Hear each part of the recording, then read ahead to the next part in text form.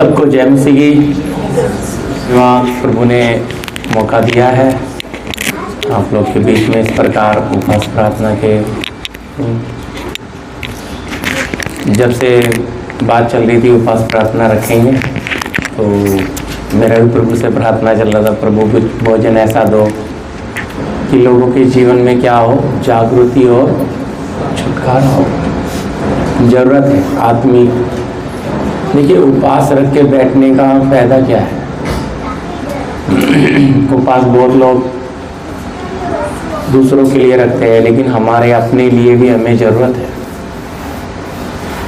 हमारा अपना जीवन कैसे पवित्र होगा, कैसे शुद्ध होगा। तो प्रभु ने मुझसे दो बातें मुझे दी हैं। एक है जो जय पाए, करीब 2:30 बजे मैंने रात को लिखा है, आज ही 30। मैं बेचैन था कि मतलब प्रभु कुछ वचन तो दे दो। मेरा विचार ये था, प्रभु वचन नहीं देगा तो फिर आराधना ही आराधना चलाएंगे, सबसे प्रार्थना, क्योंकि प्रभु देगा तो बांटूंगा, नहीं तो नहीं बांटेंगे। मैं प्रभु के दास को भी बोला, जो आपको प्रभु देगा बांटना, नहीं तो कोई ऐसा नहीं है कि हमें वो करना, हम आराधना चलाएंगे। हालेलुया। क्योंकि बैठे अपने पिता के लिए है। ये जो वचन है ये हमारे लिए आत्मिक भोजन है। बेशक हमने 50 बार सुना होगा, कोई बात नहीं, वचन तो वचन है। लेकिन परमेश्वर का जैसे अन्न हम खाना खाते हैं, चाहे बासी हो चाहे ताजा, खाना तो खाना ही है ना। तो इसी तरह परमेश्वर का वचन तो लिखा है, हम युगान युग क्या है, जीवित है। जीवित परमेश्वर का वचन है, हमेशा एक सा है, ये कभी ना बदलने वाला। तो इस वचन तो दूसरा हम देखेंगे, पवित्र बने रहें, दो ही बात। तो इसमें प्रभु क्या आप लोगों को खिलाएगा। तो मैं सोच रहा था प्रभु कुछ उपवास के बारे में सिखाएगा, लेकिन ये है उपवास प्रार्थना, लेकिन असल में ये बेदारी सभा है। क्यों उपवास प्रार्थना होती तो हम उपवास के बारे में सिखाते हैं। प्रभु अगर खाना हमें कौन सा दे रहा है, सकत दे रहा है। सकत खाना देने का मतलब है जरूर प्रभु हमारे जीवन में उतनी ताकत देना चाह रहा है, क्योंकि दिन जो है ना आगे बुरे आ रहे हैं। ऐसा समय आ रहा है, हो सकता है हम ऐसे खुल के आराधना भी ना कर सकें। तो इसलिए भोजन खा के मेरे बच्चे क्या हो जाए, परमेश्वर चाहता है तो मजबूत हो जाए। जैसे हम सामने कोई समस्या आ रही है तो कमर कैसे बांध लेते हैं, टाइट हो जाते हैं कि अब लड़ेंगे या, तो इस तरह से ये आत्मिक भोजन है। तो आत्मिक भोजन बोलने के लिए हमारी आत्मा के लिए, हालेलुया। देखो, ये आत्मिक भोजन हमारी आत्मा के लिए है, लेकिन इससे हम थोड़ा सा खा के प्रभु अगर हम बीच में बोलेगा फिर आराधना करेंगे। हालेलुया। जितना जितना जैसे देगा। मेन उद्देश्य, क्योंकि संडे को आप वचन सुनते हो, ये मैंने सिर्फ मैसेज सोचा भी, चलो प्रभु क्या बात करेगा, चाहे आधा घंटा करे, 20 मिनट, सिर्फ हम मैसेज, बाकी हम बेदारी आराधना वगैरह नहीं रिकॉर्ड करेंगे। हम खुल के आराधना करने की हमें आज़ादी है। वचन भी इसलिए कि प्रभु क्या दे रहा है हमें भी तो याद रहेगा, प्रभु ने उस तारीख को ये दिया था। तो मैं भी इसे सीखता हूँ, वापिस सुनता हूँ उसमें प्रभु ने क्या क्या बातें की। आपको लग रहा होगा मैं तो कुछ यहाँ नहीं, भाई सिर्फ वचन लिख के लाया हूँ और कुछ नहीं। अब क्या बात करेगा, इस वचन को कितनी बार पढ़ा होगा हमने, लेकिन उसमें से क्या पिता हमें दे देगा वो हमें पता नहीं है। लेकिन इतना पता है कि यहाँ बैठे हुए के जरूरत के अनुसार का ही भोजन देगा, ताकि क्या हो जाए, हम आत्मा में भरपूर हों हमारे जीवन में। जब ये वचन में लिख रहा था बड़ा डीप गया। इन पिछले दिनों में ये मीटिंग रखने के लिए बहुत हमला भी हुआ है अंधकार की शक्तियों का।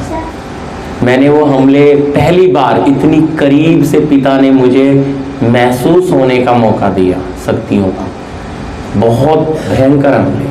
तो मैं इस चीज को समझ पाया व्यक्तिगत कि मतलब किस तरह शक्तियां काम करती हैं। फिर मैं समझ गया कि ये शक्तियां अगर काम करें तो जरूर पिता की योजना होगी कि हम हर महीने एक बार छुट्टी करके यहाँ बैठें, प्रभुदास के साथ हम बैठ के जो प्रभु दे हम एकदम क्या करें खुल कर। ये तो पहली बार था, मैं भी माफी चाहता हूँ, हमने 10 की जगह 11 शुरू किया, पौने 11। लेकिन क्या है, अभी हम भी धीरे धीरे सेटअप करेंगे तो अगली बार से पता लग जाएगा कैसे करना है।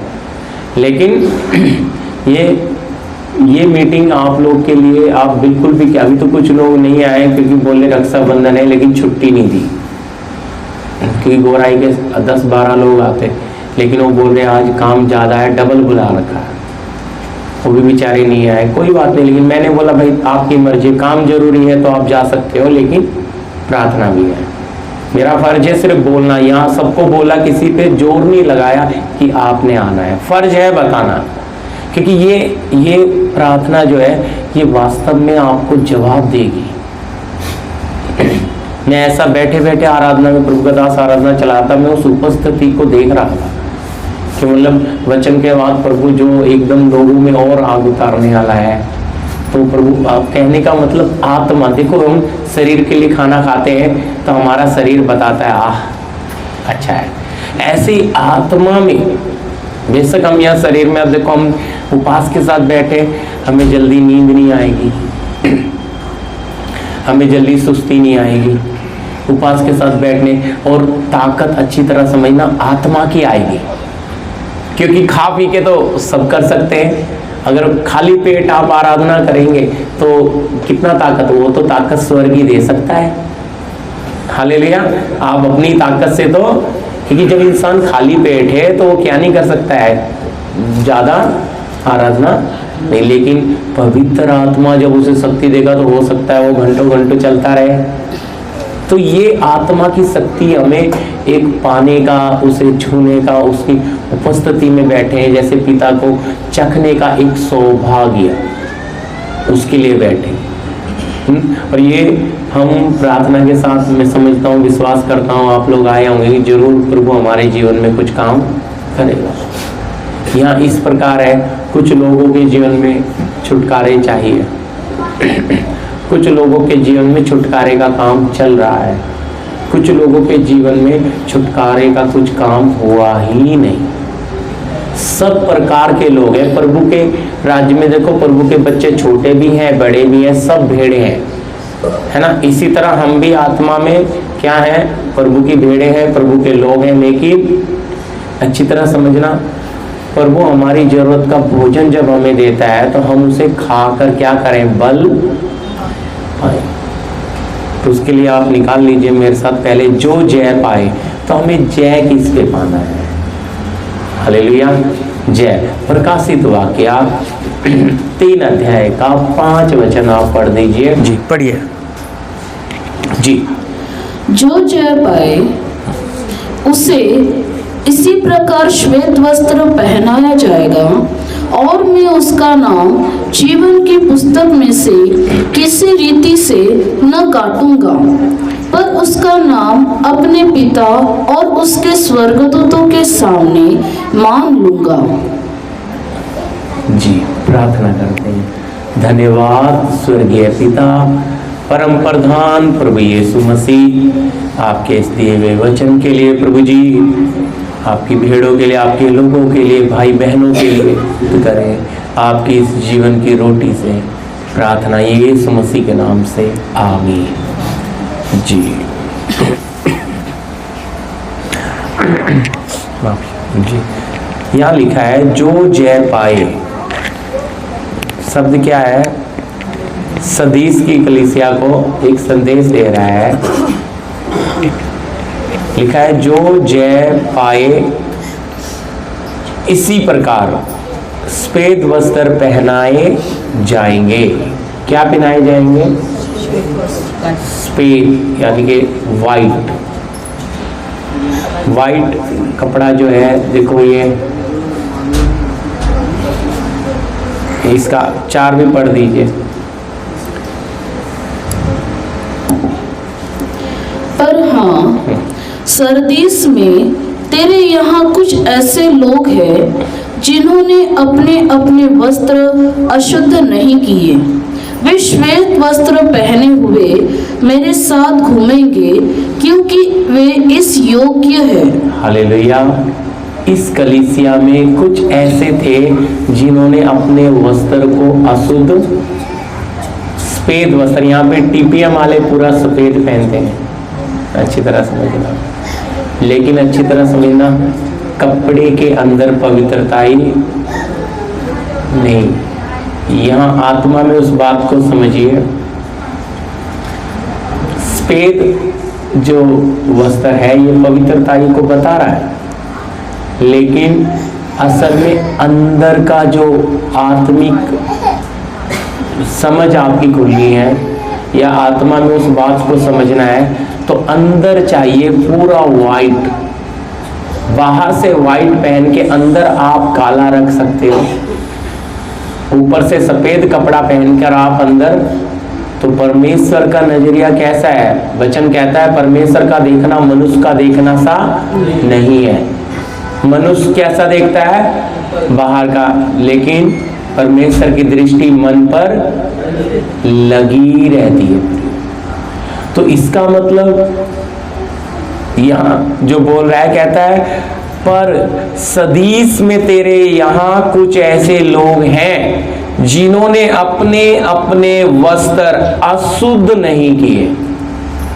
इसे हम बोल सकते हैं जैसे उद्धार, मैं उस विषय में नहीं जाना चाह रहा, उद्धार के वस्त्र जो होते हैं वो आत्मिक वस्त्र। आत्मिक क्या होना है? हाँ, मेरी तरफ देखते रहेंगे तो अच्छा रहेगा सब। आत्मिक वस्त्र देखो, इतने धीरे धीरे क्यों बांट रहा हूं? कहते हैं आज का खाना धीरे धीरे खिलाकर फिर इसी वचन के साथ आराधना करना है हमें, इसलिए प्यार से खिला रहे हैं, फिर इसको हजम भी करेंगे इधर ही बैठ के। हालेलुया। तो अंदर इसका मतलब परमेश्वर के पास कुछ वहां पे उस कलीसिया में खराब लोग भी हैं, क्योंकि लिखा है कुछ, शब्द क्या है? कुछ ऐसे लोग हैं जिन्होंने अपने अपने वस्त्र क्या नहीं किए? हालेलुया, अशुद्ध नहीं किए। हालेलुया, बहुत गंभीर बात है प्रिय। अपने अपने वस्त्र अशुद्ध नहीं किए, यानी कि कुछ नहीं किए होंगे। आगे लिखा है नीचे में, अगर हम देखेंगे, मैं उस विषय में मैं जाना नहीं चाह रहा, लेकिन आप समझना, सब कलीसिया में क्या नहीं होते? एक समान नहीं हो पाते। इसलिए कलीसिया पूरी तरह से परमेश्वर की है, प्रभु की है कलीसिया। इस पर किसी मनुष्य का या किसी सेवक का अधिकार, वो रखवाला है। सेवक हो, पास्टर हो, चरवाहा, रखवाला, मालिक नहीं है। इसके लिए काम किसे बढ़ाना, किसे घटाना, किसे रोकना, ये सारा काम परमेश्वर की आत्मा के हाथ में है। तो हम यहाँ आकर बैठे, ये परमेश्वर ने हमें सौभाग्य दिया है। अब यहाँ बैठने का मतलब क्या है? परमेश्वर, हमने संसार के लिए तो बहुत कुछ देख लिया, संसार के लिए बहुत कुछ जान लिया। परमेश्वर हमसे बात करना चाह रहा है कि अपनी आत्मा के बारे में कितनी चिंता है, आपकी आत्मा कितनी शुद्ध हो गई, आपकी आत्मा कितनी पवित्र हो गई। इसलिए जय पाने वाले लोग क्या करेंगे? पवित्र होते जाएंगे। इसलिए दो ही बात से, इसलिए जो जय पाए, पहली बात हम ये सीख रहे हैं, फिर प्रभु की मर्जी आगे है। तो जय, उसके लिए एक और वचन पढ़िए, पहला कुरिन्थी 9 अध्याय का 27 वचन।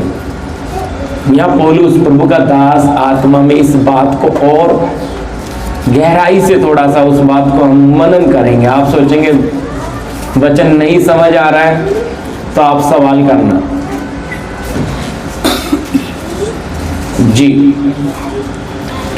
परंतु मैं अपनी देह को मारता कूटता और वश में लाता हूँ, ऐसा न हो कि औरों को प्रचार करके मैं आप ही किसी रीति से निकम्मा ठहरूं।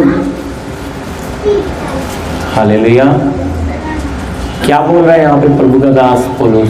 अपनी देह को मारता कूटता और बस में लाता हूं। इसका मतलब अभी हम यहाँ उपवास रख के बैठे हैं, अच्छी तरह समझना। तो ये हम अपनी मर्जी से अपने शरीर को क्या दे रहे हैं? बोलिए, क्या दे रहे हैं? अपनी मर्जी से ना। क्यों? ताकि प्रभु हम तुझे जानना चाहते हैं। इस बात को समझना है। पौलुस कह रहा है मैं अपनी देह को मारता कूटता बस में लाता। अब मैंने निर्णय लिया कि आज मैं उपवास रखकर प्रार्थना में जाऊंगा, या मुझे कलीसिया में बता दिया गया कि उपवास प्रार्थना है, तो मेरा भी तो डिसीजन था ना कि मैं उपवास रख के प्रार्थना में जाऊंगा। जब मैं प्रार्थना का डिसीजन ले रहा हूं उपवास रखने का, तो ये निर्णय किसका है? आपका है ना, है? अच्छी तरह। इसलिए वहां पे शब्द क्या है? मैं अपनी देह को मारता कूटता बस में लाता हूं। क्यों बताइए? मारना कूटना अच्छी तरह, ये सिर्फ खाली हमने उपवास रख लिया ये मारना काफी नहीं है। अब मारना कूटना बस में लाना, इस बात को समझना, हमारे शरीर के अंदर जो इच्छाएं, अभिलाषाएं, लालसाएं, ये हमारे अंदर चिपक कर बैठी हैं और ये इच्छाएं बढ़ती ही जाती हैं, हम इन्हें मारते नहीं। इस चीज को प्रभु का दास कह रहा है, मैं अपनी देह के अंदर वो चीज है, शरीर के अंदर है। आगे मैं पढ़ाऊंगा वचन में, आपको क्लियर होगा। तो शरीर के अंदर वो चीज है, बाहर नहीं है। अब बाहर समझो मैं इस शरीर को मारूं तो लगेगा। अब समझिए बहन में दुष्ट आत्मा आ जाए या भाई में आ जाए, तो उस दुष्ट आत्मा को आप मारोगे तो क्या उसे लगेगा? बोलिए, लगेगा? इसलिए प्रभु के दासों के शब्द में वो शक्ति होनी है। कुछ लोग बाल पकड़ के मार मार के कहां से आई, क्यों आई, ये सब गलत है। याद रखना, वो हमारी बहन का शरीर है, वो हमारे भाई का शरीर है। मारेंगे तो उसके हम आत्मा से, शब्द से मारे तो उसे ऐसा लगे कि वो शरीर छोड़कर, तो वो आत्मिक चीज है। इसलिए ये आत्मिक बातों को कैसे समझना है हमने? आत्मा के द्वारा।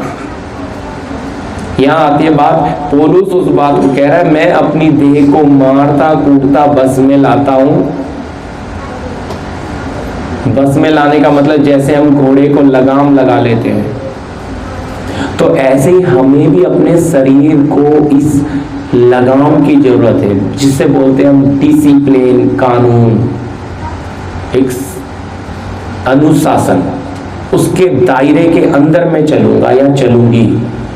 मैं उस अनुशासन से पीछे या दाएं या बाएं।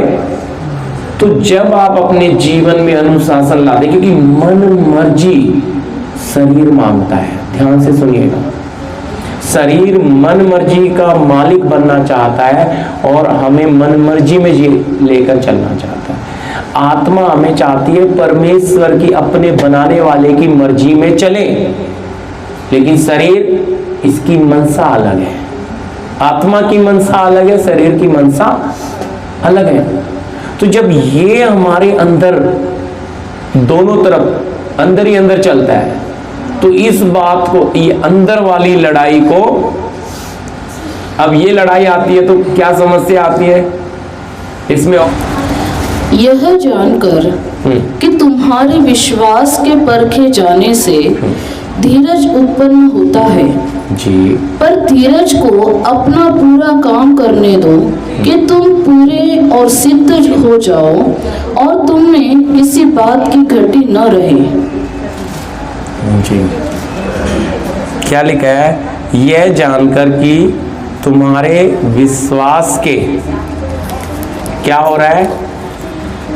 परखे जाने से धीरज उत्पन्न होता है। किसके परखे जाने से? विश्वास से परखे। तो अब जब विश्वास परखने के लिए परमेश्वर अपना हमारे ऊपर अपने अनुग्रह की दृष्टि ले आएगा, हम पर कृपा ले आएगा, हम पर दया ले आएगा, तो हमारा जीवन जैसा है वैसा रहेगा। ध्यान से समझिएगा। अभी तो मुंबई में बहुत सारी सड़कें आरसीसी की बन रही है। पहले डामर की सीटें थी, सड़कें थी डामर की ना, तारकोल बोलते हैं हिंदी में। तो उसकी जो जब वो रोड को देखो तोड़ा जाता है तो पूरा क्रेन आके जेपीसी आके सब खड्डा कर देती है। तो उसको देखने से कैसा लगता है? ओहो, ये तो जो इससे तो जो था वो भी बर्बाद, बहुत गंदा हो गया। लेकिन जब वो आरसीसी की बन जाती है तब नजरिया कैसा है? ओहो, ये तो भाई बहुत अच्छी बन गई।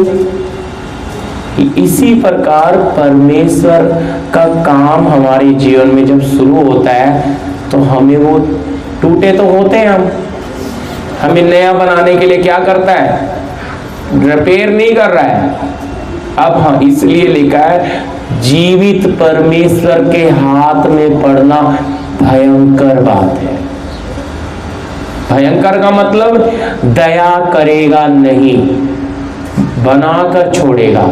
हमें अच्छा लगे या ना लगे, परमेश्वर ने अगर हमारे जीवन में काम शुरू किया तो वो उसे पूरा भी खुद करेगा।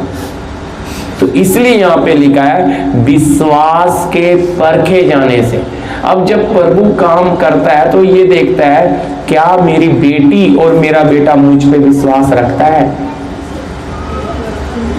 कोई पिता अपने बच्चों को ले जाके कुएं में डाल सकता है? देखो यीशु ने बहुत अच्छा उदाहरण दिया भी, जब तुम बुरे होकर अपने बच्चों को अच्छी वस्तु देना जानते हो तो तुम्हारा स्वर्गीय पिता अपने मांगने वाले को पवित्र आत्मा क्यों करना देगा। वहां शब्द यही है, मैं खाली उस बात को समझाने के लिए। तो अगर हम मनुष्य होकर अपने बच्चों के साथ ऐसा, तो क्या हमारा आत्मिक पिता हमें सच में बर्बाद कर देगा? क्या वो हमारा दुश्मन है? प्रियो, मैं सच कहता हूं, इसके जैसा प्रिय हमें कहीं मिल नहीं सकता। इसके जैसा वफादार, सच्चा। एक बार शारीरिक पिता शायद पीछे हट जाए, लेकिन स्वर्गीय पिता कभी क्या नहीं करता है? पीछे नहीं हटता। इतना प्यार करता है, प्रमाण दिया अपने लोते पुत्र को क्रूस पे चढ़ाकर। क्या दिया है? इसलिए उसके प्रेम अथाह है। अथाह का मतलब कोई सीमा नहीं है। इतना गहरा प्रभु का प्यार है। तो प्रभु का प्यार इतना गहरा है, तो हमारे जीवन में प्रभु जब इस प्यार को उड़ेलने का काम करता है तो हमारे जीवन में काम करना शुरू करता है। तो सबसे पहले वो परखता है। देखो, हमने उन बातों को समझना है। फिर इस बात आपके दिल में जाएगी आज कि जय कैसे पाए। इतनी सी बात सीख रहे हैं, मैं बात बीच में वापस बोल रहा हूं। जय है लिखा है, जो जय पाए, बस। तो जय कैसे? तो जय पानी है। तो यहाँ अब परख जब आपके जीवन में चल रही है, मैंने बोला रोड को तोड़ दिया गया, चिंता मत करो ना, देखते रहो शांत रह के। इस्राएली घबरा गए थे क्योंकि वो किसको देख रहे थे? फैरो की सेना, लाल समुद्र। लेकिन मूसा ने यही कहा, डरो मत, खड़े खड़े उसका उद्धार का काम देखो। है? मतलब हमें जब कोई उम्मीद नहीं नजर आएगी, हमारे सब रास्ते बंद हो जाते हैं, यही तो असली परख है। इधर बहुत लोग फेल हो जाते हैं, भाई आशा नजर आएगी तो चलेंगे। अगर आशा मिलेगी नहीं, आशा मतलब समझ रहे, उम्मीद कि हमें कुछ मिल जाएगा, हमारा कुछ हो जाएगा, अगर, क्योंकि ये परमेश्वर वैसा नहीं है, ये दिखाकर किसी को अपने पीछे लेकर चलता नहीं। या आप देख सकते हैं परमेश्वर ने अब्राहम को बुलाया तो उसे कुछ देने का वायदा नहीं किया। फिर अब्राहम चलते चलते प्रभु के साथ क्या हो गया, उसके मन में आया तो प्रभु ने दूसरी बार उसे बोला मैं तुझे आशीष दूंगा। इसलिए हम जब उत्पत्ति 12 पढ़ते हैं तो उसमें जो लिखा है अब्राहम का बुलाया जाना, आशीष दे रहा है, लेकिन वो दूसरी बार है। पहली बार हमें पढ़ना पड़ेगा प्रेरितों का अध्याय। किसी को भी भाई, पहले प्रेरित में पहली बुलाहट है ऊर नगर से, जब उसे बुलाया गया मेसोपोटामिया से, तो वहां से जब उसे बुलाया गया वो पहली बुलाहट है। हरान में बसा रहा, बाप की डेथ हो गई, फिर प्रभु उसको लेकर तब आशीष दे रहा है। इसका मतलब अब्राहम आशीष के पीछे नहीं था, अब्राहम अपने बनाने वाले के पीछे था। वो परखा गया, परख में पास निकला, परमेश्वर ने उसे बताया नहीं कहां जाना है, फिर भी चुपचाप जा रहा है। सोचो, इसको पागल ही कहेंगे जब हम किसी आपको बोले चलो भाई, और कहां जाना है बताए भी ना, और पता भी नहीं खुद भी कहां जा रहा हूं। इब्रानी में साफ लिखा, उसे पता भी नहीं वो कहां जा रहा है, फिर भी चल रहा है। प्रभु को ऐसा पात्र चाहिए, इसलिए परख कर देखता है, ये अपनी मर्जी तो नहीं करेगा। जब मैं इसे अपने हाथ में उठाने से पहले परखेगा, और वो परख इसलिए लिखा है जी, अगली लाइन भी पढ़िएगा, परखे जाने से धीरज उत्पन्न होता है। हाँ 4,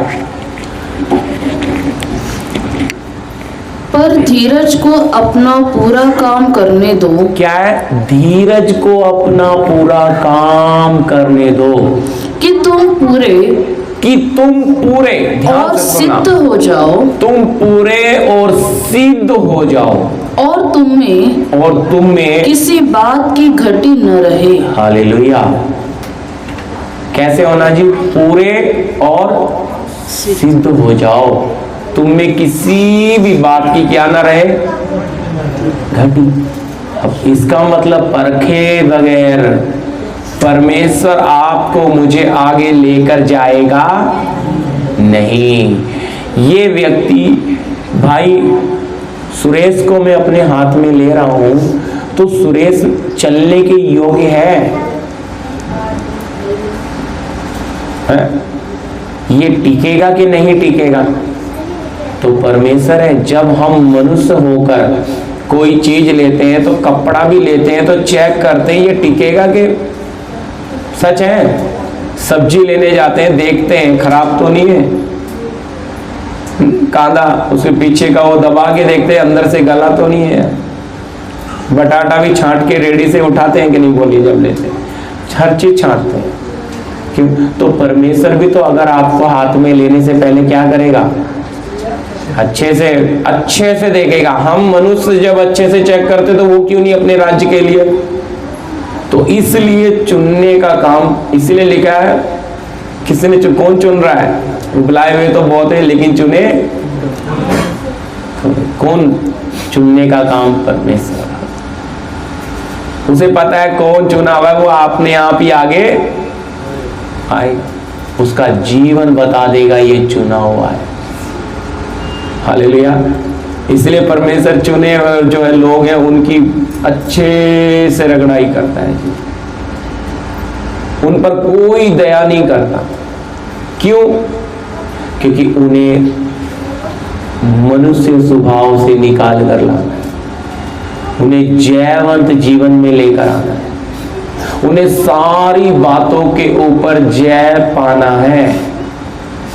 इसलिए यहां लिखा है क्या है? धीरज को अपना पूरा काम करने दो कि तुम पूरे, शब्द क्या है? पूरे और सिद्ध हो जाओ, और तुम में कोई बात की घटी ना रहे।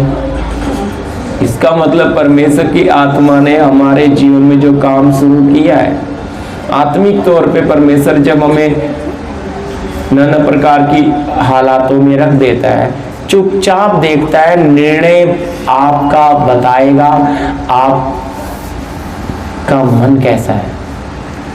क्योंकि जब आपको चारों तरफ से उम्मीद नहीं नजर आएगी, आप क्या बोलोगे? चले हम कोई दूसरा दरवाजा देखने। ध्यान से सुनिएगा। तो परमेश्वर समझ गया, इसे मैं नहीं चाहिए, इसे अपनी जरूरत के लिए आया था। लेकिन अब चारों तरफ से रास्ते बंद हैं, समस्या में पड़े। ये मनुष्य की सोच है।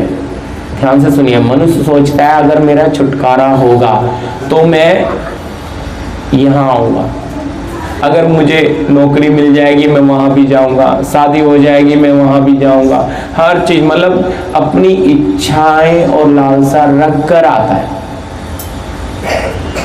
लेकिन इधर आप यीशु के पास आए हैं, अपने बनाने वाले के पास आए हैं।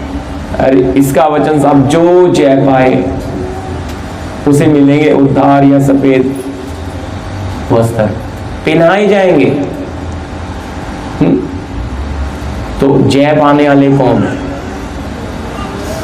मैंने आपको पढ़ाया, पौलुस क्या बोल रहा है? मैं अपनी देह को मारता कूटता और बस में।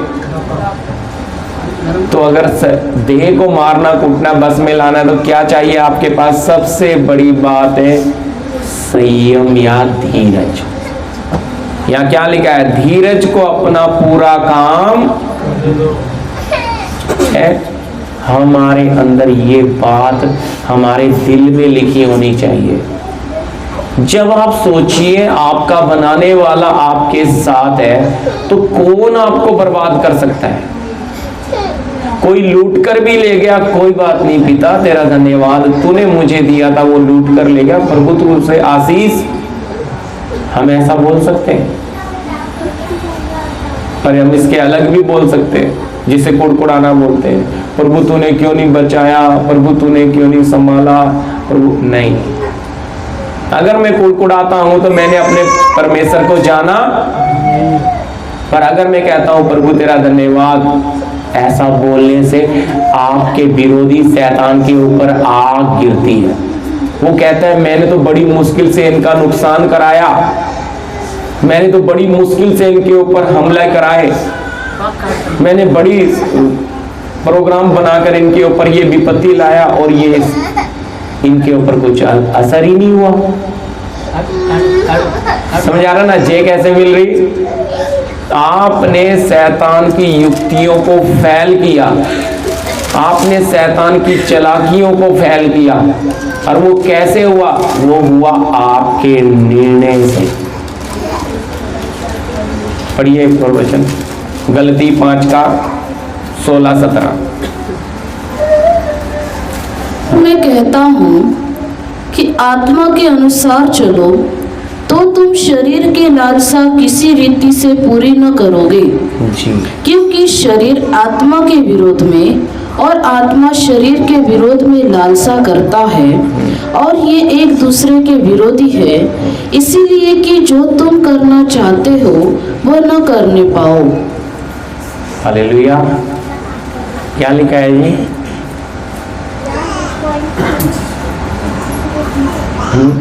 वापिस पहली लाइन खाली पढ़ दीजिए, देखो समझते हुए उस बात को। जी। पर मैं कहता हूँ आत्मा के अनुसार चलो तो तुम शरीर की लालसा किसी रीति से पूरी न करोगे। बस रुक जाइए। किसके अनुसार चले? पर मैं कहता हूं कि आत्मा के अनुसार चलो तो तुम शरीर की लालसा किसी रीति से पूरी नहीं करोगे। यही तो असली लड़ाई है अंदर। मैं आपको बता रहा हूं, जय पानी कहाँ है? फिर आराधना में जाएंगे, ये बात आपके दिल में डाल रहे हैं, फिर आराधना करेंगे आप। हालेलुया। यहाँ बैठे हैं, कुछ पाकर जाना है। हालेलुया। यहाँ प्रभु लेकर आया है, कुछ क्या पाकर जाना है? आत्मिक बरकत, आत्मिक आशीष, आत्मा में नया बल, नई सामर्थ। तो क्योंकि ये बल, ये सामर्थ, ये परमेश्वर का वचन, आपको वचन समझ आएगा तो वचन आपको क्या देगा? ये सामर्थ्य पा कर जाओगे। वचन नहीं समझ आएगा तो कुछ भी मिलने वाला नहीं है। हालेलुया। शब्द क्या है? पर मैं कहता हूं कि आत्मा के अनुसार चलो तो तुम शरीर की लालसा किसी रीति से पूरी नहीं करोगे। बताइए, इसका मतलब आपके अंदर जो लड़ाई चले, जय कहां पाना है? हालेलुया। शब्द क्या है? पर मैं कहता हूं कि आत्मा के अनुसार चलो तो तुम शरीर की लालसा किसी रीति से पूरी नहीं करोगे। तो बताइए, इसका मतलब आपके अंदर जो लड़ाई चले, जय कहां पाना है? अगले शब्द में क्लियर कर दिया आपको है? पाप वेतन को दूर हटा दे, पूर्ण हो अभिलाषा। गाते हैं कि नहीं बोले? अब यहाँ अभिलाषा भी दो है। क्या पढ़ रहे हो? दो है ना, शरीर की भी अभिलाषा है, आत्मा की भी अभिलाषा है। अब अभिलाषा तो अभिलाषा है, अब जिसे नहीं तो वो तो सोचेगा भाई प्रभु ने दिए, घर मिलना चाहिए, नौकरी मिलनी चाहिए, ये होना चाहिए, वो होना चाहिए, तो क्या आ जाती है। लेकिन अच्छी तरह समझना, आत्मा की मनसा क्या है?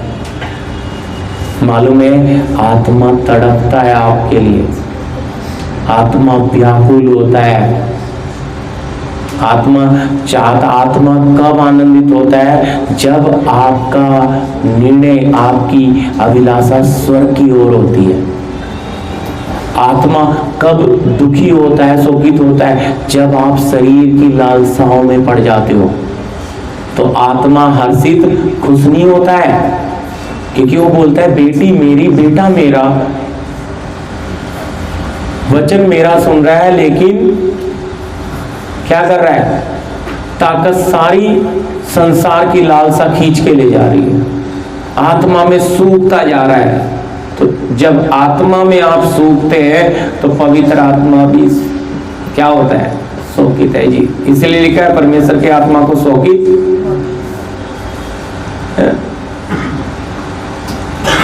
इसलिए फिर और रखवाले का काम जरूर है, लेकिन याद रखिए रखवाला पानी डाल सकता है। गार्डनर समझते ना, गार्डन जो गार्डन पानी फूलों, वो पीले पत्ते साफ कर सकता है, फूल पानी डाल सकता है, नलाई कर सकता है, वो बढ़ा या घटा वो तो उसके ही हाथ में है। तो आत्मा में सूखना या नहीं, खराब होना, सूख जाना, हरा होना, ये भाई रखवाले के हाथ में नहीं है। हाँ, रखवाले को दुख तो जरूर होता है, ये तो बहुत अच्छा हरा पेड़ था, ये सूख गया, तो बड़ा सा मन में आता है यार, पानी तो दे रहा था, खाद भी दे रहा था, पता नहीं क्यों सूख गया। क्योंकि वो जो पानी वो जड़ पीकर पेड़ को दे, जड़ काम नहीं कर रही थी, क्योंकि जड़ अभिलाषा में पड़ी थी शरीर की। तो जब शरीर ये है, वो जो जय पाने की बात आपके दिल में बहुत प्रभु बड़े आराम के साथ, मतलब जैसे बहुत प्यार से छोटे बच्चे को हम खाना खिलाते हैं, ऐसे दे रहा है आज कि आपके अंदर ये जब दोनों बात है। क्या पढ़ा हमने 17 में? क्योंकि शरीर आत्मा के विरोध में और आत्मा शरीर के विरोध में लालसा करते हैं, और ये एक दूसरे के विरोधी है, पक्के विरोधी हैं। अब दोनों लालसा अंदर है, आप निर्णय करना है जय किस पर पाना। आपने निर्णय लेना है, मुझे किस तरफ, क्या मुझे मेरा फायदा दिखेगा तभी मैं आगे जाऊंगा? क्या मुझे मेरी जरूरत पूरी होती नजर आएगी तभी आगे बढ़ूंगा? नुकसान होते नजर आएगा तो? मैंने आपको शुरू में बोला अब्राहम चला, उसे तो ये तक नहीं पता कहां जाना है, वो चल पड़ा। उसने फायदा देखा क्या प्रियो? नए नियम में लिख कर दिया है, सोचो। अब्राहम विश्वास के द्वारा धर्मी गिना गया। तो आपका मेरा परख जो है, परख, मेरी बेटी मेरा बेटा जय पाता है या नहीं, शब्द वही है, मैं विषय से नहीं आगे। मेरा बेटा या मेरी बेटी जय पाते हैं या नहीं, फर्क है। अब जब हम ये लालसा दोनों अंदर है, लड़ाई अंदर चल रही है, हालेलुया। अब लड़ाई अंदर चल रही है, बाहर भी विरोधी बैठा है, बाहर वाला भी एक तीर मारता है। देखो कैसा तीर मारता है, पढ़िए 2 कुरिन्थी 10:5 बच्चे। फिर हम आराधना में जाने वाले हम, मैंने ज्यादा समय आपके साथ हम प्रार्थना में समय बिताएंगे ज्यादा जी। इसीलिए हम कल्पनाओं का और हर एक ऊंची बात का जो परमेश्वर की पहचान के विरोध में उठती है खंडन करते हैं और हर एक भावना को कैद करके मसीह का आज्ञाकारी बना देते हैं। क्या लिखा है जी? हर एक भावनाओं को क्या करते हैं? जो मसीह के परमेश्वर के विरोध में उठता है, क्या करते हैं? खंडन, यानी कि हटाते हैं। मैंने आपको बोला आत्मा शरीर के विरोध में, शरीर आत्मा दोनों में क्या चल रहा है? लड़ाई। जय पानी है, मैं फिर से वही बात बोल रहा हूं, जय पानी है। और यहां पे क्या है? अभी वापस पढ़िए, ध्यान से सुनिए। देखो यहाँ पे जो हम पढ़ रहे हैं ये क्या है? अब यहाँ तो लड़ाई चल रही है। इसीलिए हम कल्पनाओं का और हर एक ऊंची बात का जो परमेश्वर की पहचान के विरोध में उठती है खंडन करते हैं। रुक जाइए, ये कैसी कल्पना आती है? ये आता है शरीर को सपोर्ट देता हुआ बाहर की शक्ति या शैतान, शरीर का बाप, ये आकर सपोर्ट देता है बाहर से, विचार का तीर मारता है। आप चलते जा रहे हो, अरे उधर का काम हो जाता तो ये कर लेता, फिर वहाँ से पैसे मिल जाते, उधर का प्लॉट मिल ले लेता, फिर ये घर बना लेता है। कुछ वैसे बैठे वो विचार लेकर आ गया, बेटी की शादी करनी है, उससे इतना ले लेते हैं, ये करते हैं, वो करते हैं। ये क्या है? जबकि आप उस समय जा किसी और के घर रहे हो, काम कुछ और जा रहे हो, और ये विचार में क्या चल रहा है भाई? समझ रहे? आप ट्रेन में बैठ के जा कहीं रहे हो, घूमने जा रहे हो, मुंबई गांव से आ रहे हो, लेकिन ट्रेन में बैठे बैठे क्या चल रहा है? ऐसा कुछ हो जाए, ये कुछ हो जाए। इसको कल्पना बोलते हैं, काल्पनिक बातें हैं, सपने बोल सकते हैं जी, मैं हिंदी में और ज़्यादा शुद्ध करूँ तो। लेकिन ये कल्पना है कि मैं वैसा कर लूँगा, मुंबई चला गया, वहाँ मेरा काम लगेगा, ये कर लूँगा, वो कर लूँगा। लेकिन वहाँ जाके पहुँचा, मुश्किल से वॉचमैन के काम मिला, 10,000 पगार थी, खोली किराया, वहाँ में एक पैसा बचा नहीं पाया, पेट ही नहीं पाल पाया, फिर खाली का खाली हो गया। और सपने बहुत लेकर आया था, और बड़ा एकदम जोश, सारा जोश, सारे सपने उधर क्या हो गए। फिर व्यक्ति जब सपने पूरे नहीं होते, ध्यान से सुनिए, इच्छाएं पूरी नहीं होती, तब शैतान मनुष्य के अंदर अपना पकड़ बनाकर उसे कौन सी तरफ लेकर जाता है? गलत मार्ग की तरफ। सही तरीके से तो तू पैसा कमा नहीं सकता, टेढ़े तरीके से पढ़ाई करी है ना, क्या भी नेट का सिस्टम है, डिजिटल दुनिया बन रही है, तो क्या करो? अभी फ्रॉड सीखो, लालच दो सामने वाले को। ध्यान से सुनिएगा, ये चल रहा है आज। अब लालच, पहले फोन करके बात करके देखो। मैं एक पुलिस ऑफिसर का मुंबई का ही वो वीडियो देख रहा था, तो वो पुलिस वाला सर ऐसे खड़े, उन देखो चैनल बना रखा यूट्यूब पे डालते, तो खड़ा है वहाँ पे, कहता तुम कैसे फ्रॉड करते हो? कहता है सर हम उन्हें फ़ोन करते हैं और हम उन्हें बड़े बड़े लालच देते हैं। कैसे करते हो? को वहाँ आप देख लेना, सब यूट्यूब पे जाए। तो उसने बोला करके दिखाओ।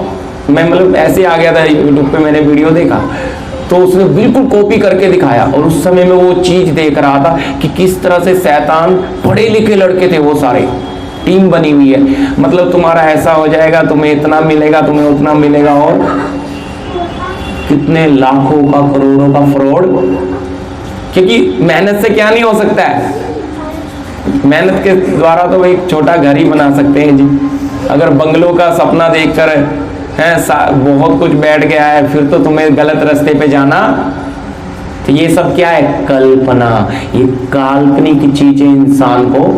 लेकिन वचन क्या कह रहा है? मैं उन कल्पनाओं का, ऊंची बात का खंडन करता हूं, और उन जो भी भावना किधर आती है, वहां आगे भी पढ़ी है, कल्पनाओं का खंडन करता हूं, हर एक ऊंची बात का खंडन करता हूं, और हर एक भावना को कैद करके। अब कहाँ आ रही है? हम सब भावुक है ना।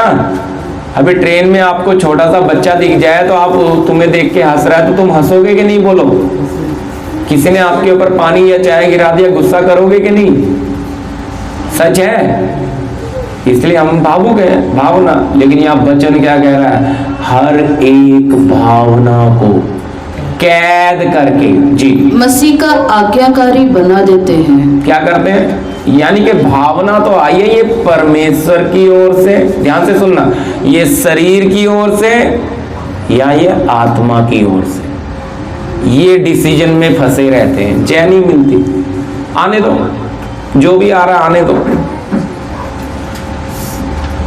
परमेश्वर ला रहा है तू भी आ जा, शैतान ला रहा है तू भी आ जा, आत्मा लेके आ रही है तू भी आ जा, शरीर लेके आ रहा है तू भी आ जा। दोनों लालसाओं में बढ़ रहे हैं। पकड़ मजबूत मालूम है किसकी होती है? हमेशा बुराई की, क्योंकि उसमें लालसा ज्यादा है, उसमें स्वार्थ है, उसमें फायदा है, उसमें इज्जत नजर आती है, उसमें बड़ापन नजर आता है।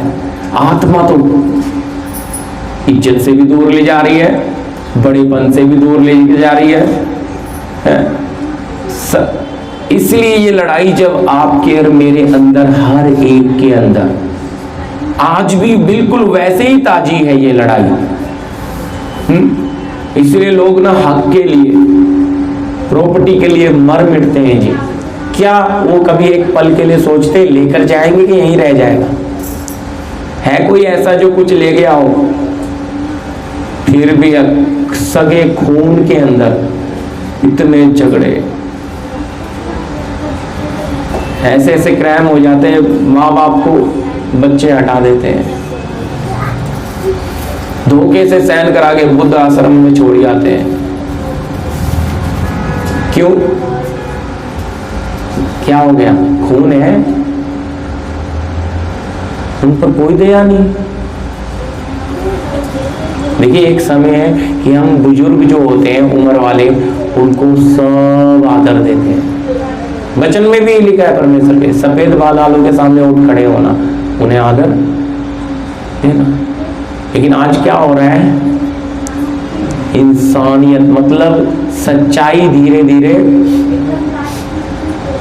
ज्यादा किस में बढ़ रहे हैं लोग? शरीर की बातों में। धीरे धीरे सच्चाई दबती जा रही है और झूठ बड़ा होता जा रहा है। झूठ, काल्पनिक दुनिया लोगों को अच्छी लग रही है, रियलिटी, असलियत अच्छा नहीं लगता।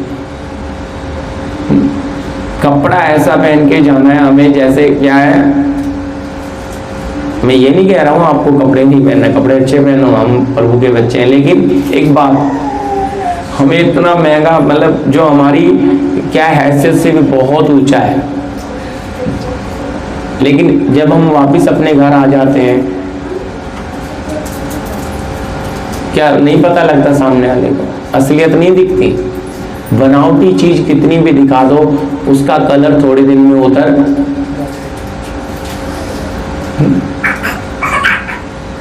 तो अच्छी तरह समझना, बनावटी चीजों से क्या होता है, वो सिर्फ हम मनुष्य को थोड़े समय के लिए धोखा दे सकते हैं, पर बाद में असलियत सामने आ जाती है। तो ये इसमें भी तेज है शरीर के। क्यों? ये सब क्यों करता है इंसान? लालसा से भरा हुआ है। मैंने इसलिए गाने की वो बात पढ़ाई। लालसा से भरा हुआ है। अब जब लालसा चाहिए तो शरीर की, साथ में आत्मा की भी, प्रभु मुझे ये कर दे तो मैं तुझे भी दूंगा। अच्छी तरह समझना है। इससे भी प्रभु के लोग आ गए हैं कि अब परमेश्वर को रिश्वत घूस देने से भी डरते नहीं है। हमारा ये काम कर दे, मैं तुझे भी इतना, ये कौन सा भाई? अरे ये परमेश्वर जो हमें जीवन दिया, सांस दिया, माँ के गर्भ में हमें रचकर आत्मा प्राण दिया, सब कुछ उसने दिया, हम उसे क्या दे सकते हैं? आदम को बनाने से पहले सब जरूरतें बनाई, फिर आदम बनाए। और वो वायदा करता है तुम्हारे मांगने से पहले तुम्हारा स्वर्गीय पिता जानता है कि तुम्हारी क्या क्या आवश्यकता है। दे क्यों नहीं रहा? लड़ाई जीतो ना, पहले आ तो जाओ मेरे राज्य में। संसार में खड़े रहकर वहीं से हालेलुया हालेलुया बोलते रहोगे। या आपको और भी थोड़ा सा अच्छे से समझाऊं तो, आप पवित्र स्थान वेदी के पास खड़े रह के हालेलुया हालेलुया कनात दिख रही है बाहर की दुनिया, लेकिन वचन में तो साफ लिखा है पर्दा कहां से फटा? ऊपर से। कहां का? पवित्र स्थान का, परम पवित्र। आराधना अंदर करनी है, बाहर क्यों? बाहर अच्छा लगता है प्रभु जी, क्यों? दुनिया भी तो दिखती है। प्रभु कहता है बेटा फिर बाहर ही रहना, अंदर आओगे। जो पर्दा मैंने तुम्हारे लिए कलवरी क्रूस पे चढ़ के पाप का पर्दा गिराया, अंदर आके आराधना करो। वो आराधना आत्मिक है। बाहर खड़े रहकर जो आंगन में आराधना करते हैं वो कौन है? बहुत बड़ी भीड़ आज चल रहे हैं, बड़े बड़े सिस्टम। मैं आपको सच कह रहा हूं, वो आराधना पवित्र स्थान के अंदर नहीं है। जब भाई स्टीफन आराधना कर रहे थे, मेरे मन में ये चला था प्रभु का चलो आराधना में, मतलब बड़ा एक रोने का मन हो रहा था। क्यों? मालूम है हमारे पास ना पश्चाताप करने के लिए शब्द नहीं है अभी, तो वह आंसू। मालूम है जब हमारे पास शब्द नहीं होते तो आंसू बताते हैं पिता को। तो मालूम है और वो आंसू भी आएंगे उसे ही जिसका मन कैसा है? उस परमेश्वर के लिए प्रिय है। ये उपवास प्रार्थना इसीलिए है।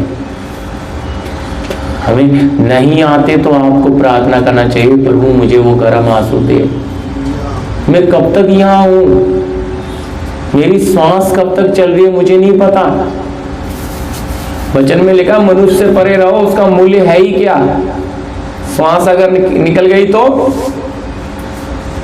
मिट्टी। आज में यहाँ बैठे हम अगले महीने का बोल रहे, लेकिन हमें ये नहीं पता कल का क्या होगा भाई। लेकिन ठीक है हम मनुष्य तौर पे चलते हैं, लेकिन याद रखना भरोसा हमें बिल्कुल भी इस जीवन पे तो नहीं है। ये बर्तन पे हमें, फिर जब बर्तन पे आपको भरोसा नहीं रहेगा, बर्तन को बनाने वाले पर भरोसा जाएगा, फिर कोई कमी होगी आपको। लेकिन भरोसा बर्तन पे रखते हैं लोग। क्यों? शरीर की अभिलाषाओं ने रस्सियां नहीं, मैं ये बोलूंगा जी जंजीरों से बांध रखा है आज प्रभु के लोगों को, संकलों से बांध रखा है, जकड़ रखा है अभिलाषाओं ने। उन्हें आजादी नहीं है। वो आत्मा में कैसे बेदार हो, कैसे भरपूर हो, वो कैसे आत्मिक जीवन में बढ़े, उनका जीवन कैसे रोशनी में पड़े। उन्हें स्वाद अंधेरे में लग रहा है क्योंकि कोई देख ही नहीं रहा। अंधेरे में कुछ नहीं नजर आता, लेकिन रोशनी तो सब दिखाती है। रोशनी इसलिए अच्छी नहीं लग रही ना, प्रकट कर रही है सब कुछ, और आपको वो हजम नहीं हो रहा है। अंधेरा इसलिए अच्छा लगता है, देखते ना बिल्ली दूध पीती है तो आंख बंद कर लेती है, क्या सोचती है? मुझे कोई देख, लेकिन असल में तो जिसका है उस देख रहे हैं ना। यही हालत है। अंधेरे में काम करने वाले सोचते हैं हमें कोई देख, लेकिन प्रिय प्रभु की दृष्टि पापी से प्यार करता है, इसीलिए तो स्वर्ग छोड़कर आया पिता, इसीलिए आया, इसीलिए बयाने में आपको मुझे आत्मा दिया है। इस लड़ाई को जीतना है। हालेलुया। इस लड़ाई को हमने जीतना है, और प्रभु हमसे कुछ नहीं चाह रहा है। क्यों? हमें इन अभिलाषाओं ने गुलाम बना रखा है। जी पढ़िए रोमी 6 अध्याय का 16 वचन। क्या तुम नहीं जानते क्या तुम नहीं जानते कि जिसकी आज्ञा मानने के लिए तुम अपने आप को दासों के समान सौंप देते हो उसी के दास हो, चाहे पाप के जिसका अंत मृत्यु है, चाहे आज्ञाकारिता के जिसका अंत धार्मिकता है। हालेलुया। तुम नहीं जानते कि जिसकी आज्ञा मानने के लिए तुम अपने आप को दासों के समान, दास समझते गुलाम। अब प्रदीप भाई चाहे, मैं नाम इसलिए किसी का, प्रदीप भाई चाहे अपने आप को शरीर के लिए सौंप दे, शरीर का क्या हो गया? दास बन गया, गुलाम बन गया प्रदीप भाई। और अगर प्रदीप भाई चाहे अपने आप को आत्मा को सौंप दे, समझ आ रही है मेरी बात? समझ आई ना ये बात? आपके सामने जैसा मैंने बोला आत्मा शरीर के विरोध में से दोनों अंदर ही चल रहा है आपके। अब प्रदीप भाई का निर्णय है कि किसे सौंपता है। यहाँ उस बात को बहुत गंभीरता के साथ पवित्र आत्मा कितना स्पष्ट करके लिखता है, क्या तुम नहीं जानते कि जिसकी आज्ञा मानने के लिए तुम अपने आप को दासों के समान सौंप देते हो उसी के दास हो, चाहे पाप हो चाहे फिर धार्मिकता। बन गए ना गुलाम? मतलब जिसकी हम आज्ञा मानेंगे, अब मैं आज्ञा शरीर की मानूंगा तो मैं उसका गुलाम हूं, मैं उसका दास हूं। और याद रखना, गुलाम जो होता है, दास जो होता है ना, उस स्वामी को खुश करता है। समझ रहे? अगर मैं आत्मा का दास हूं, आत्मा का गुलाम हूं, तो मैं अपने आत्मा को, पिता परमेश्वर को पसंद करूंगा। अगर मैं शरीर का दास हूं, शरीर का गुलाम हूं, तो मेरा स्वामी शरीर है। इसलिए फिर अगर मैं शरीर का गुलाम हूं तो मेरा स्वामी शरीर है, तो इस संसार का ईश्वर मेरा स्वामी है। फिर मैं उसके लिए, इसलिए वो अपनों को देता है, वो देता भी है जो इसके गुलाम है। तो ये लड़ाई हर मसीह के अंदर है, हर मसीह के अंदर। लेकिन उस बात पर वो ध्यान नहीं देते। उनको लगता है कि शरीर में तकलीफ है, शरीर में दर्द है, शरीर में बीमारी है, शरीर में क्लेश है। इस सब बातों के पीछे क्या सोचते हैं? हालात, थकान या कुछ इन्फेक्शन या ये। पर क्यों? वचन में तो लिखा है, अगर मेरी आज्ञा तुम जो कुछ मेरी दृष्टि में वो सब करोगे, जितने भी रोग मैंने मिस्रियों पे भेजे एक भी तुझ पर, क्योंकि मैं तुम्हारा चंगा करने वाला यहोवा हूं। तो क्यों है, क्यों है समस्या? और यहां आती है बात, समस्या क्यों है? तो मैंने आपको याकूब पढ़ाया 1 का, क्या है समस्या? इसलिए डाली है, परख होनी है। हालात हमारे सामने इसलिए रख दिए, टेस्ट होना है। ये हर किसी के लिए होगा। अब जब शरीर साथ नहीं देगा, आपका मन क्या बोलता है कि नहीं, पूरा दिन कौन जाके बैठेगा, नहीं होगा कुछ, अरे छुट्टी करनी पड़ जाएगी, पैसे कट जाएंगे, बहुत सारी बातें ये शरीर बोलता है। लेकिन बहुत जो प्रभु का अनुग्रह में चलते हैं, कृपा में चलते हैं, जो अपने आप को परमेश्वर की आज्ञा मानने के लिए सौंपते हैं, वो ही सिर्फ क्या निर्णय ले पाते हैं, हमें नुकसान उठाएंगे। और फिर उन्हें नुकसान नहीं होता, याद रखिए, क्योंकि स्वर्ग खुश हो जाता है ना, उनका दूसरी जगह से फायदा। लेकिन जो कहते हैं, जो फायदे के पीछे जाते हैं, उल्टा वो बर्बाद होते चले जाते हैं। और जब हम फायदे के, हम प्रभु के पीछे जा रहे हैं, हम बर्बाद होते हैं, तो वो हमें क्या लगता है? वो असल में हम प्रभु के पीछे जा रहे हैं। जब हमारे पीछे नुकसान आ रहा है तो वो हमारी परख है। अब प्रभु नुकसान करके देख रहा है, मेरा बेटा कुड़कुड़ाएगा क्या, मेरी बेटी कुड़कुड़ाएगी क्या, प्रार्थना में आ रही है, मैंने इसके जीवन में अब तक काम नहीं किया, ये क्या है, ये इस समस्या के लिए मेरे पास आ रही है क्या, या ये मेरे लिए आ रही है। हालेलुया, फर्क समझना, ये मेरे लिए आ रही है या समस्या के लिए आ रही है, ये मेरे लिए आ रहा है या समस्या के लिए आ रहा है। तो प्रभु तो चेक करेगा। अब चेक करेगा तो हमारे सामने क्या लेकर आएगा, हालात। उस हालात को जीतना ही जय पाना है। उस हालात को, अब यहां पे लिखा है, जो जिसको अपने आप को सौंप देता है वो उसी का दास। अब मैंने धार्मिकता को, परमेश्वर को अपने आप को सौंपा तो मैं किसका हूं, परमेश्वर का, आत्मा का था। पर मैंने शरीर को सौंप दिया तो फिर मैं पक्का गुलाम हूं उसका। फिर मैं चाहकर भी अपनी मर्जी कर, ये फिर लड़ाई बहुत लोगों में। वो उनका मन तो होता है प्रभु के लिए कुछ करें, लेकिन क्या करें प्रभु, कुछ होता ही नहीं है। क्यों नहीं करते प्रभु के लिए, मन बहुत है लेकिन शरीर करने, हालेलुया, क्यों ऐसा है मालूम है, क्यों, क्योंकि परमेश्वर भी उन्हीं से अपनी सेवा करवाना चाहता है जिनके जीवन से परमेश्वर पसंद है। हालेलुया, जिनके जीवन से पसंद है। सोचकर देखिए, यीशु मसीह जब सिमोन के घर गया, 300 दिनार का इत्र लाकर उस बहन ने यीशु के पैरों पे डाल के बालों से पूछे। यहूदा इस्करियोती, ओ भाई ये तो बहुत, इतना पैसा तो अगर मिलता कंगालों को खाना खिलाया जाता। यीशु जानता है भाई ये तो लालची है, कहता कंगाल तो तुम्हारे साथ सदा रहेंगे, पर मैं, वो भी बात जानते, इधर सिमोन ये जान जाता कौन है ये स्त्री। यीशु ने क्या बोला, मैं तेरे घर आया, तूने मुझे पानी, और आंसुओं से मेरे पैर धो रही और पूछ रही है।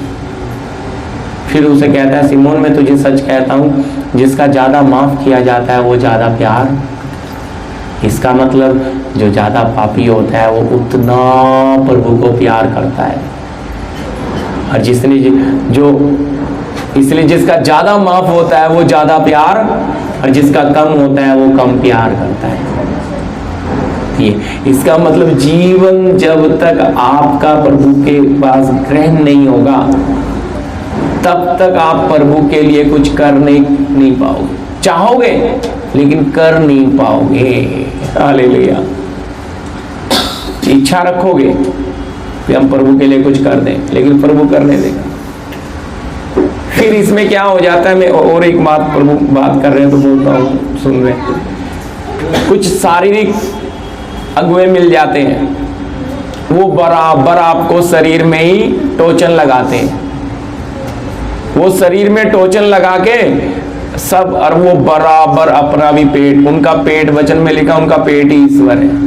फिर वो आपसे अर्फ कहते, देखो वो तो इतना देता है तो इतना मिल रहा है, इतना बोल रहे हो तो इतना काट रहे हो। पूरी गलत तालीम है, वचन के अनुसार नहीं है। हमारे यीशु ने कहा इस साथ से बचो तो इस साथ को पता। देखो प्रभु के दास की मुझे गवाही एक अच्छी लगती है, कहते हैं मैं ना जल्दी हाथ में भी ले नहीं लेता था, क्योंकि वो ये नहीं चाहते थे भी मुझे ये भी पता लगे मुझे किसने कितना दिया, मेरे भाई, मेरी बहन, मेरी माँ, मेरी, क्योंकि वचन में साफ लिखा है, उम्र वाली है तो माँ समझ के, जवान है तो बहन समझ के, पूरी पवित्रता के साथ। रिश्ता ये है हमारा आत्मिक, पैसे से कोई रिश्ता, या वो ज्यादा दे रहा है ये दे रहा है, भाई ये गलत है।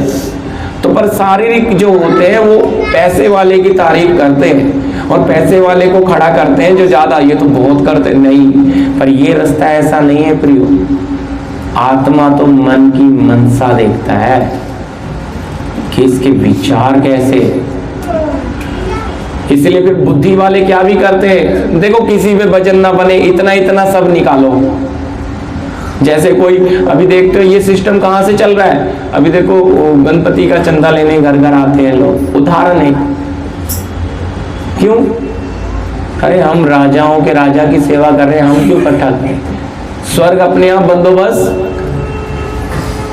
तो ये चीज समझना, आत्मा जब बात करेगा, मालूम है ना, दूसरे को भी सौभाग्य मिलता है कि पवित्र आत्मा ने मुझसे बात किया। आत्मा की काम को तुम हटाना चाहते हो और बुद्धि में लाना चाहते हो, ये भी एक समस्या है। तो इसलिए फिर वो शरीर में बढ़ाने वाला पास्टर मिल जाता है तो फिर भीड़ वहां, पर आत्मा में बढ़ाने वाला पास्टर मिल जाएगा तो वो तो भाई कड़वा खिलाता है, वो तो अच्छा देगा ही नहीं। फिर वहां तो वही बैठेगा जो आत्मा में चलना चाहता है। इसलिए सकरे मार्ग में भीड़ नजर आएगी और चौड़े मार्ग में, सकरे मार्ग में वो मन होगा कि जैसे मेरे भाई बहन रह रहे वैसा ही मैं रहूं, उनसे ऊपर उठने का मन नहीं आएगा। और चौड़े मार्ग में तो इतने पास्टर हैं, मैं भी देखता हूँ, जानता भी हूँ कुछ, कितना प्रॉपर्टी उन्होंने बना लिया, डबल 4 व्हीलर सब कुछ। मालूम है क्यों? प्रभु ने क्यों देता? भाई तुम्हें नरक में ही तो जाना है, खा पी के मरो ना, खा पी के जाओ। जैसे इस्राएलियों को कुड़कुड़ाए लोग, मीट खाना है खाओ, महीना भर खिलाया, बीमारी बेच के। हमारा परमेश्वर शारीरिक लोगों को भी आशीष क्यों दे रहा है? क्योंकि उनका अंत अनंत युगन युग की आग है। तुम लोग कम से कम वो युगन युग आग में जलेंगे, याद तो करेंगे, नहीं तो सोचेंगे हमने तो पृथ्वी पे भी दुख उठाया और यहां भी। इसलिए परमेश्वर उन्हें शरीर की आशीष तो दे देता है, जैसे इस्राएलियों को शरीर का मांस तो खिलाया 1 महीना, लेकिन बीमारी ऐसी भेज के जान से मार दिया। क्यों? वो सब कुड़कुड़ा रहे थे।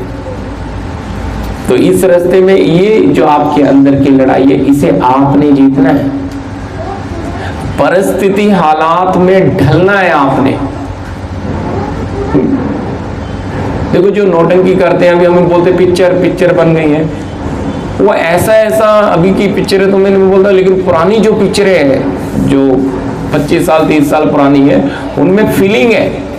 एक में पिक्चर ऐसी दोस्ती, एक ही थी, उसका मर्डर हो गया था वो, लेकिन उसमें देखो फीलिंग है।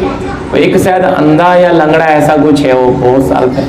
तो ये वहां एक फीलिंग आपको मिलेगी, लोगों के आंसू आ जाते थे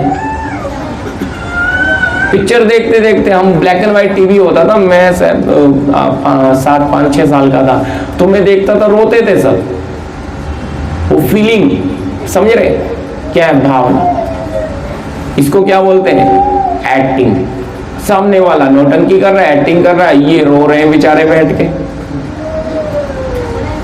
तो वो क्या है? वो लोगों को इमोशनल भावना, वो चीज टच करती है, भावनाओं पे क्या डालती है? सीधा प्रभाव। और वो पिक्चर, वो सीरियल भावना वाला देखते हुए इंसान पूरा भावुक हो जाता है। तो वो भी तो है, अब उसको क्या बोलोगे आप?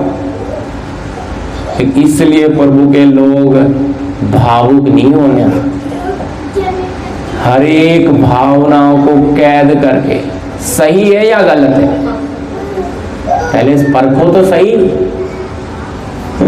जांचोगे तो आपके पास दोनों बातें दोनों दबा के आ रही है। मिट्टी का शरीर दिया है, ये भी अपनी बातें ला रहा है। हम सोचेंगे हमने बपतिस्मा ले लिया, प्रभु को पहन लिया, अब हमारे पास थोड़ी संसार आ सकता है। भाई अब तो और ज्यादा आएगा, अब और ज्यादा आएगा, क्योंकि अब तो असली परख शुरू होगी, अब तो असली लड़ाई शुरू होगी। और ये लड़ाई याद रखिए, ये लड़ाई अगर आपको जीतना है, पवित्र आत्मा के बगैर आप ये लड़ाई नहीं जीत सकते। देखो ये सभा, ये जय पाना और पवित्रता, ये दो बात ही सीखेंगे, लेकिन ये दो बात के साथ अच्छी तरह आप समझना, उद्देश्य मेरे मन का ये है, भरपूरी के लिए लोगों में इच्छा आए, आप लोग उपवास के साथ बैठे, पवित्र आत्मा को पाने का एक मन आए, क्योंकि पवित्र आत्मा के अंदर है आग, पवित्र आत्मा के अंदर है छुटकारा, पवित्र आत्मा में है सामर्थ। वो हमें इस लड़ाई में इतनी शक्ति दे देगा कि हम शरीर की सारी बातों को खंडन करके हरा देंगे। लेकिन अगर आत्मा के बगैर हम लड़ेंगे इस लालसा से, आत्मा के बगैर लड़ेंगे इस, कुछ नहीं होगा जी। ताली बजा के हालेलुया बोल के आप चले जाओगे, वो हालत वही।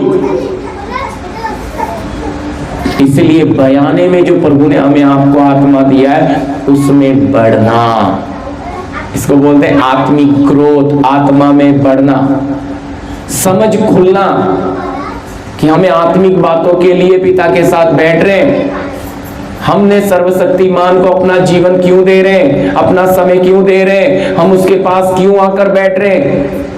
इन बातों को हमने वो कीमती समय है इस परमेश्वर के साथ। तो अगर ये समझ नहीं खुलेगी तो फिर बढ़ना मुश्किल, आत्मिक जीवन में बढ़ना मुश्किल। शरीर में बढ़ जाओगे जी, लेकिन शरीर का याद रखना, जिस दिन मौत की घंटी बजेगी सब यही छूट जाएगा। आप ना कुछ लेकर आए और ना लेकर जा सकते। क्या जा सकता है आपके साथ? हालेलुया।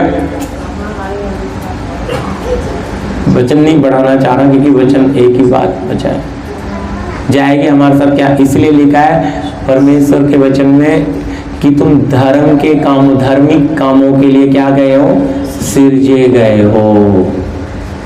हमें नई सृष्टि बनाया ही इसीलिए कि हम धर्मी बने, इसीलिए प्रभु ने अपने राज्य में बुलाया कि तुम धर्मी बने। हम पापी थे, हम ये ना बोले हम पापी हैं, पापी थे और है में फर्क है का मतलब अभी भी पड़ा है प्रदीप के अंदर कुछ। प्रभु मैं पापी था, तूने मुझे उस हालत से निकाल लाया, अब तूने मुझे धर्मी इस मार्ग में, तू मुझे, अब तू मुझे इसमें क्या कर, अब ये जो पाप का नेचर जो मेरे पीछे, अरे ये नेचर जब तक मेरे ऊपर ये मिट्टी का शरीर है, ये नेचर रहेगा, इस नेचर के साथ लड़ाई है। इसलिए मैंने बोला दो कानून अंदर लड़ रहे हैं। ये आपको समझ आ गया, ये बात आपके दिल में आएगी तो आपको उस निर्णय करने में आपको मदद, आपका निर्णय ही आपको आत्मा में नीचे करता है, आपका निर्णय ही आपको आत्मा में ऊंचा करता है। मतलब आप बढ़ना है तो भी निर्णय आपका है, घटना है तो भी निर्णय आपका है। तो आपका निर्णय ही आपको तेजी से बढ़ा सकता है, आपका निर्णय ही आपको। इसलिए जी वचन लीजिए, प्रकाशित वाक्य लास्ट, फिर ये हम सेशन कर 3:21 जी। जो जय पाए, जो जय पाए, मैं उसे अपने साथ अपने सिंहासन पर बैठाऊंगा जी, जैसे मैं भी जय पाकर अपने पिता के साथ उसके सिंहासन पर बैठ गया। हालेलुया। कौन बोल रहा है ये वचन? आप लोग समझ रहे हैं सब? हालेलुया। हाँ जी, ये यीशु मसीह बोल रहा है ना कि जो जय पाए वो, वापस पढ़ दीजिए, ध्यान से सुनिए। देखो वहां शब्द देखना, अपने साथ, क्योंकि आगे पवित्रता वाली बात आपके दिल में जानी है। अगर ये समझ आएगी तो वो अच्छे से जाएगी जी। जो जय पाए, जो जय पाए, मैं उसे अपने साथ, मैं उसे अपने साथ अपने सिंहासन पर बैठाऊंगा, अपने सिंहासन पर बिठाऊंगा, जैसा मैं भी जय पाकर। अब आपके सामने नमूना भी रख रहा है, जैसा मैं जय पाकर अपने पिता के साथ, अपने पिता के साथ उसके सिंहासन पर बैठ गया। उसके सिंहासन पर बैठ गया। तो प्रभु के साथ बैठना है तो कौन बैठेगा? जो जय पाए। यानी कि फिर जय किस पे? इन विचारों पर, इन इच्छाओं पर, इस लालसा पर, इस अंदर की लड़ाई पर। ये आपका, इसलिए मैंने बोला आपका निर्णय आपको दिन प्रतिदिन अंश अंश बढ़ा भी सकता है, आपका निर्णय आपको दिन प्रतिदिन अंश अंश घटा भी सकता है। ये आपके ऊपर निर्भर है। परमेश्वर तो हमारा न्याय वचन से करेगा, पौलुस कहता है जो वचन के बगैर चले गए उनका न्याय वचन के बगैर, और जिन्होंने व्यवस्था में जिए उनका न्याय व्यवस्था, पर जो आत्मा में आ गए उनका न्याय वचन से होगा। वचन ही हमारे सामने खड़ा होगा। जरूर आपने पढ़ा होगा बपतिस्मे के विषय में जब सिखाया, गवाह देने वाले यीशु का खून, आत्मा और पानी। बोलिए, ये वहां कोई मनुष्य नहीं है हमारे लिए खड़ा, ये लहू जो आपके मेरे लिए दिया गया। इसलिए यीशु ने जीवन दिया है, नमूना दिया है। मैं जय पाया तो तुम क्यों नहीं पा सकते? प्रभु कहता है हमारे पास उस समय कोई जवाब नहीं होगा। प्रभु कह रहा है मैंने इस शरीर में रहकर कर गया तो तू, इसलिए मैं शून्य बनकर आया। कल को ये ना कह दे कि मैं क्या लेकर सामर्थ नहीं, शून्य खाली दास बनकर आया और मैं जय पाया, तो तुम क्यों नहीं जय पा सकते? चलो मुझे पिता की आत्मा थी, पिता था, तो तुम्हें भी तो बयाने में क्या दिया है? सेम ये रास्ता स्वर्ग ने बनाया आपके मेरे लिए। ये लड़ाई हम एक एक की अंदर की, बहनों की भी, भाइयों की। तो आत्मिक जीवन से अगर हमें प्यार है तो पिता आत्मा में हमें अंश अंश करके बढ़ाना शुरू। तो यहां बैठे उपास के साथ प्रभु हमें इस चीज में कृपा दे। अभी हम एक छोटा सा भजन लेंगे, फिर ये सेशन खत्म करके एक लाइन ही गाएंगे जो भैया ने गाया था 91 का, अर्पण करता हूं मैं जो कुछ है मेरा। 190 अर्पण करता हूं मैं जो कुछ है मेरा, प्रभु यीशु तेरी वेदी में तेरी सेवा करना यही तमन्ना मेरी, जीवन की मेरी यही कामना। तेरी सेवा करना यही तमन्ना मेरी, जीवन की मेरी यही कामना है। तू ही खुदावन काम करूं मैं तेरी, स्तुति के योग्य तेरा नाम है। तू ही खुदावन काम करूं मैं तेरी, स्तुति के योग्य तेरा नाम। अर्पण करता हूँ मैं जो कुछ, मुंह खोल कर गाइए, ताली बजाते हुए नहीं गाना था। सो तेरी वेदी में अर्पण करता हूँ मैं जो कुछ है मेरा, प्रभु यीशु तेरी वेदी में तेरी सेवा करना यही तमन्ना मेरी, जीवन की मेरी यही कामना। तेरी सेवा करना यही तमन्ना मेरी, जीवन की मेरी यही कामना है। तू ही खुदावन काम करूं मैं तेरी, स्तुति के योग्य तेरा नाम है। तू ही खुदावन काम करूं मैं तेरी, स्तुति के योग्य तेरा नाम। हालेलुया, धन्यवाद। आइए अपने जीवनों को, सचमुच में महान परमेश्वर है। हमने भजन में गाया, अर्पण करता हूँ मैं जो कुछ है मेरा, प्रभु यीशु आपकी वेदी में। हमने भजन परमेश्वर के वचन में गया, जो जय पाए वो मेरे साथ मेरे सिंहासन पर, जैसे मैं जय पाकर अपने पिता के सिंहासन पर बैठ गया। हालेलुया। जो जय पाए उसे वो पवित्र वस्त्र मिलेगा। Hallelujah, hallelujah. धन्यवाद प्रियो। हमें जय पानी है। हमें हमारे स्वभाव पर, हमें हमारी आदतों पर, हमें हमारे नेचर पर हालेलुया जय पाने की जरूरत है। हमारे अंदर जो लड़ाई चल रही है उस पर जय पाने की जरूरत है। हालेलुया। हमें अपनी लालसाओं के ऊपर, अभिलाषाओं के ऊपर जय पाने की जरूरत है। हालेलुया। इसलिए जयवंत जीवन जीने के लिए आपको जयवंत जय के जोर में प्रियो चलना पड़ेगा। जय के नारे आपके हृदय से निकलते हैं कि जयवंत मसीह जीवन आपको जीना है। फिर आपके जीवन में कोई घटी नहीं रहेगी। हालेलुया। आपका रचने वाला, आपका सृजनहार आपको